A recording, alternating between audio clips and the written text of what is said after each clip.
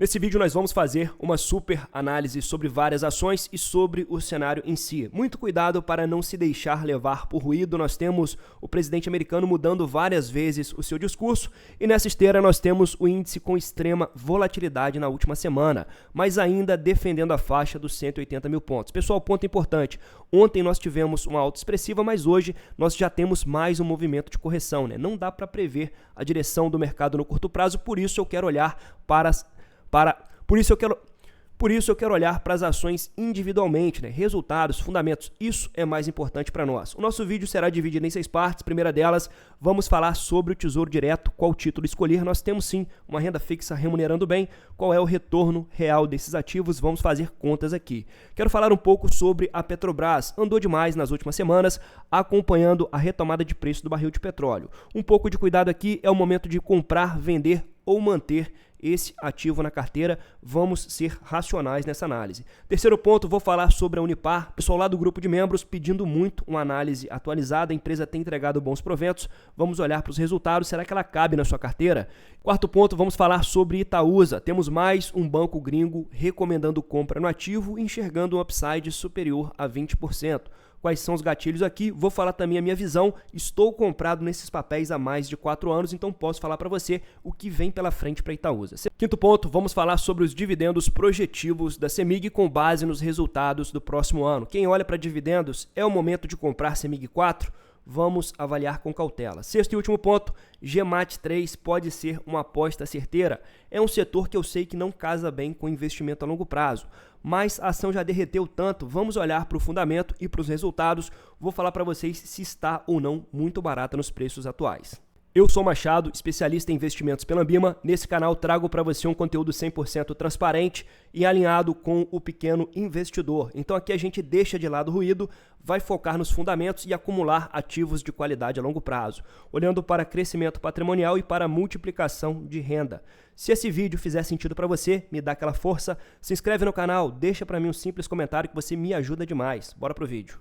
Semana marcada por muitos discursos controversos de Donald Trump, nós não sabemos a direção geral do conflito entre Estados Unidos e Irã e infelizmente o mercado vem girando em torno desse conflito, principalmente na disparada no preço do barril de petróleo, que tem aumentado o temor inflacionário ao redor do mundo. Então nós deveremos ver os bancos centrais com a postura mais restritiva e cautelosa na condução da política monetária. E nesse contexto o mercado tenta reprecificar a curva de juros. E quase todos os dias nós temos uma variação aqui, principalmente no tesouro pré-fixado. Então quando o temor, o risco, a volatilidade aumenta no mercado, as taxas do tesouro tendem a aumentar também. E agora nós temos um tesouro pré-fixado 2032 pagando praticamente 14% ao ano.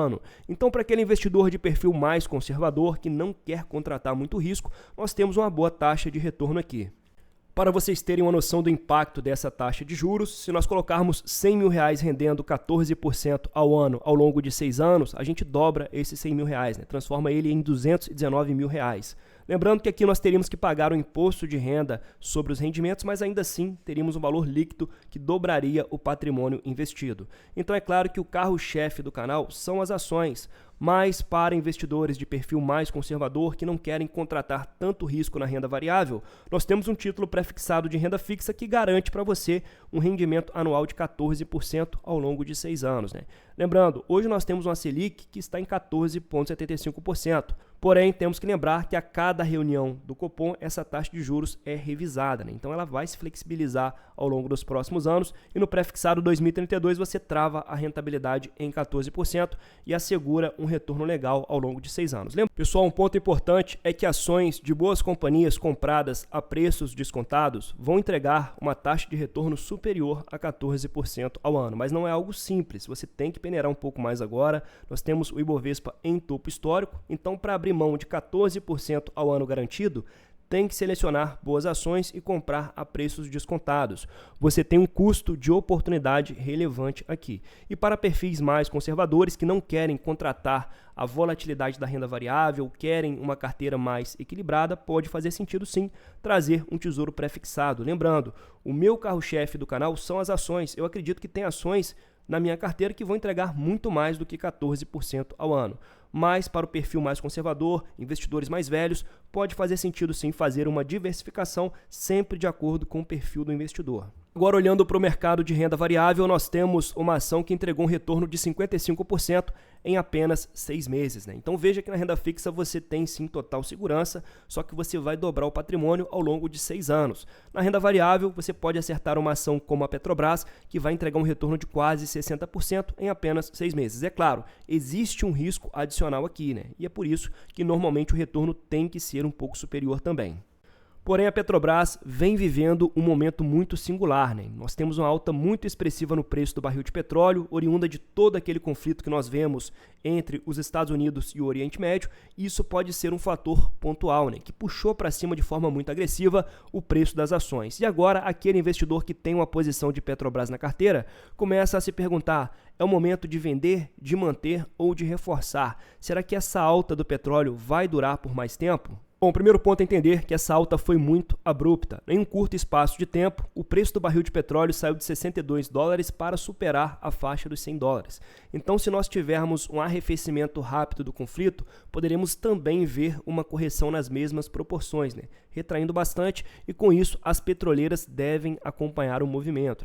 Então, a orientação que eu tenho dado para os membros da comunidade, aqueles investidores que estão muito carregados de Petrobras, onde a ação já tomou uma grande proporção da carteira, pode ser interessante realizar uma ponta, até porque é uma empresa cíclica que vem passando por um momento muito específico com essa alta do Brent e pode apresentar correções agressivas também. Não dá para ter certeza, pessoal. Por isso, eu gostaria que você prestasse atenção também nos resultados reportados. A Petrobras vem entregando resultados razoáveis, defendendo uma receita estável, expandindo seu EBITDA ajustado e expandindo também a sua margem EBITDA, E entregou um lucro líquido na faixa dos 25 bilhões de reais. Resultados estáveis, uma leve retração na comparação com o trimestre passado, mas uma grande evolução na comparação com o quarto tri de 2024, que é o nosso trimestre de referência. Então temos uma progressão de resultados aqui, mas é claro que essa alta expressiva na cotação vem justamente acompanhando a alta do barril de petróleo. Como falei com vocês, da mesma forma que nós tivemos uma alta agressiva, poderemos ver no curto e médio prazo uma correção agressiva também. Não seria esse o momento de fazer um reajuste na carteira? Lembrando, a decisão final é sempre do investidor, E além disso, a Petrobras deve continuar pagando bons dividendos nos próximos anos.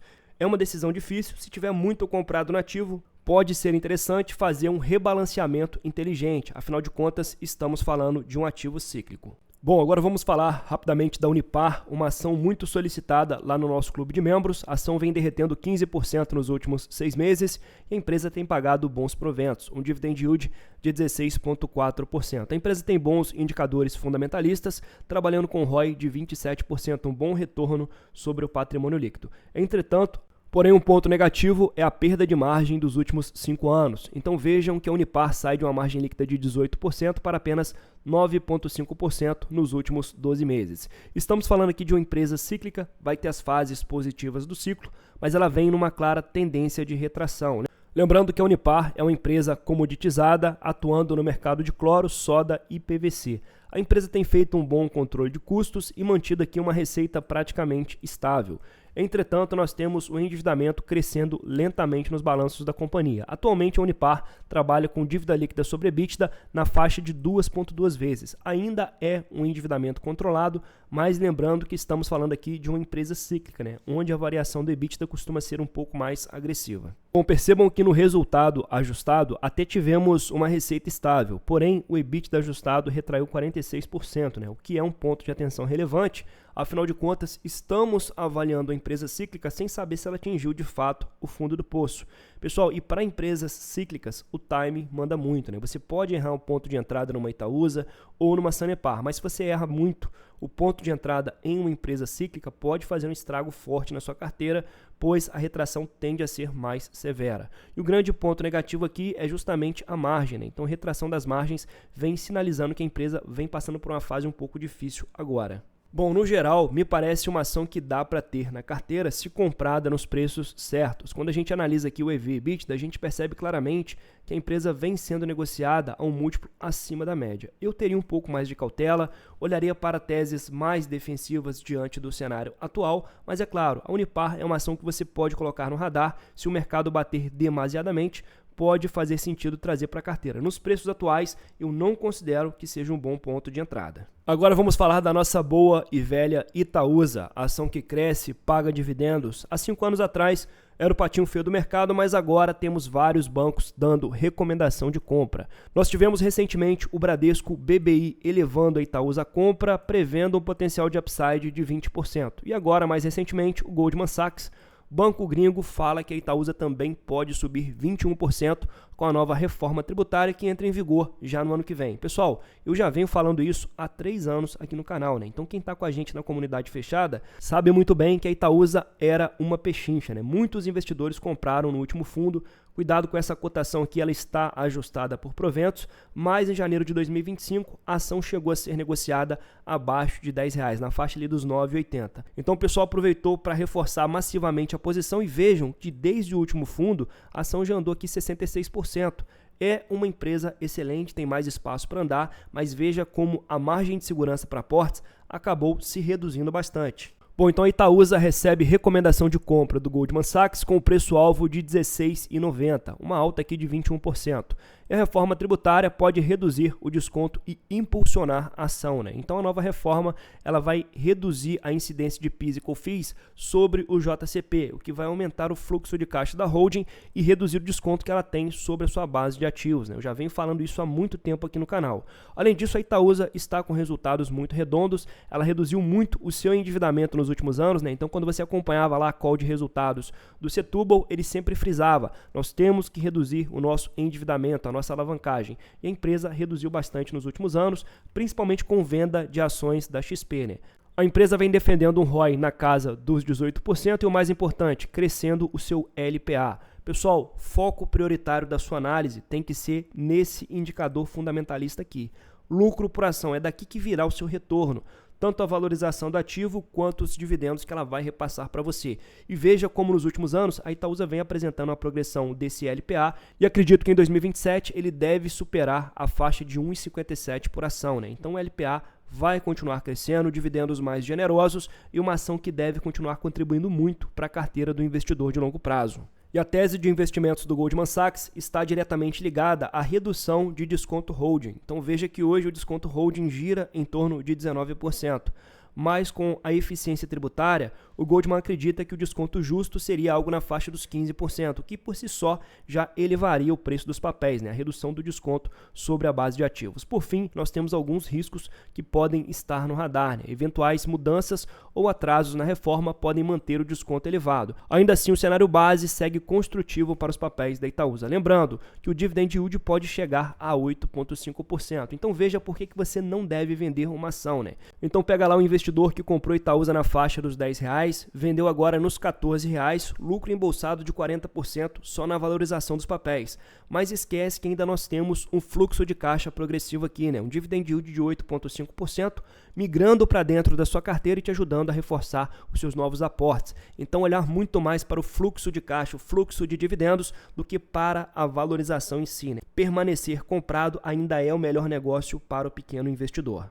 Agora vamos falar de uma elétrica que é muito buscada aqui no canal, CEMIG. A empresa vem se valorizando sim nos últimos 6 meses e muitos investidores me perguntando se não é uma boa aposta para dividendos, né? Para aumentar o nível de dividendos da carteira nos próximos 2 ou 3 anos. Nós sabemos que o setor de utility tem essa previsibilidade maior, né? A CEMIG vem melhorando sim as suas operações, mas nós temos pontos importantes do resultado que estão infelizmente passando batido para muitos investidores. Bom, vocês que acompanham há mais tempo o canal sabem que a CEMIG está desde 2024 informando o mercado que vai iniciar um ciclo forte de investimentos. Então informou isso tanto em janeiro de 2024 quanto em dezembro de 2024. está falando para os acionistas, pessoal, nós vamos iniciar um ciclo agressivo de investimentos, o CAPEX será intenso de 40 bilhões de reais de 2025 até 2029, né? Pessoal, 40 bilhões de reais, né? Então, investimento em bens de capital ali vai melhorar as estruturas, melhorar também a sua base regulatória de ativos e lá na frente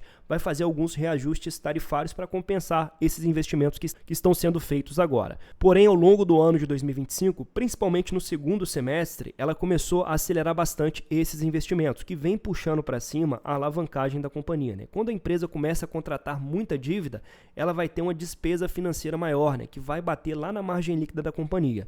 Então, apesar do EBITDA estar praticamente estável, nós tivemos uma retração bem significativa aqui no lucro líquido recorrente da companhia, né, fechando em 1 bilhão de reais. E a própria empresa vem informando no release, investimento recorde de 6,6 bilhões em 2025, 16% maior que em 2024. E nós continuaremos vendo esse crescimento nos investimentos que naturalmente vai puxar a dívida líquida da companhia. Pessoal, isso não é um ponto de risco. As utilities trabalham assim, né? Contrata a dívida, investe, reajusta a receita e depois vai gerar valor para o acionista. Mas durante essa fase de investimento agressivo, nós veremos os lucros desidratando um pouco. Então, considerando essa dinâmica de investimentos, além do fato da CEMIG ter vendido ativos relevantes do seu portfólio em 2024 e 2023, para 2026 nós temos uma expectativa de lucro na ordem de 4 a 4,5 bilhões de reais, né? Bem abaixo dos lucros reportados em 2023 e 2024.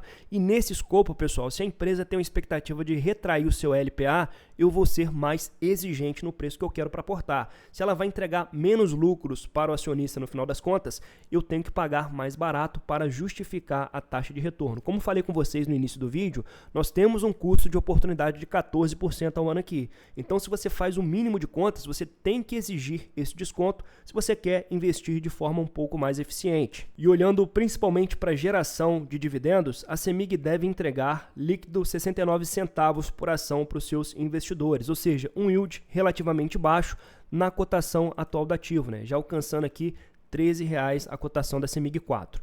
Então, é uma empresa que eu tenho em carteira, eu já carrego ela há praticamente 4 anos, absorvi algumas bonificações, dividendos crescentes, mas eu sei quanto vale as ações da CEMIG, eu sei quanto eu estou disposto a pagar. Queremos fazer um bom negócio aqui. Nós temos pelo menos 12 ações de boas companhias com preços descontados no radar, então eu vou priorizar aquela que tem um desconto maior frente aos resultados que vem crescendo, né? E no caso da CEMIG, nós vamos voltar a comprar quando o mercado abrir alguma margem, alguma oportunidade aqui. Por fim, vamos falar de uma ação que vem chamando a atenção de muitos investidores. É um setor que é um pouco mais complicado, o setor de varejo, mas a ação vem sendo massacrada pelo mercado com uma queda de 17,6% só no último mês. Quando uma ação cai demais, nós precisamos confrontar essa cotação com os fundamentos e também com os resultados, para a gente não fazer besteira. Olhando principalmente para os fundamentos da GMAT3, o Grupo Mateus tem entregado bons números, trabalhando com ROI de quase 16%, um ROI adequado para o setor, uma margem líquida aqui de aproximadamente 5%.